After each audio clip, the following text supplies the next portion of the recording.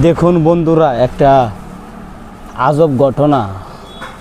দেখেন কিছু কিছু পোলাপান আছে, কোলাঙ্গানের বাচ্চা, বাপ মায়ের কষ্ট দিয়ে আইফোন লয়।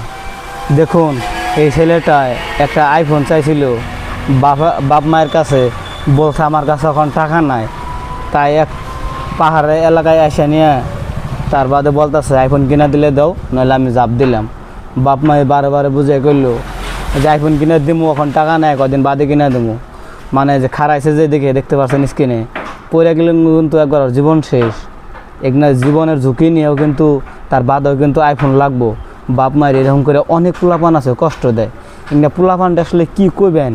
এরকম বাপ মায়ের কষ্ট দিয়ে আইফোন মোবাইলটা কি চালানো সঠিক নাকি সঠিক না, আপনারাই বলবেন। এখানে পোলাপানটা কী করা উচিত? কিছু কিছু কোলাঙ্গানের বাচ্চা এগুলো যেখানে বাপ মায়ের মাথাগুলো খাইয়া হাল দেয়, বাপ মায়ের কষ্ট সুখ দুঃখ বোঝে না। দেখেন অবশেষে মৃত্যু হয়ে গেল।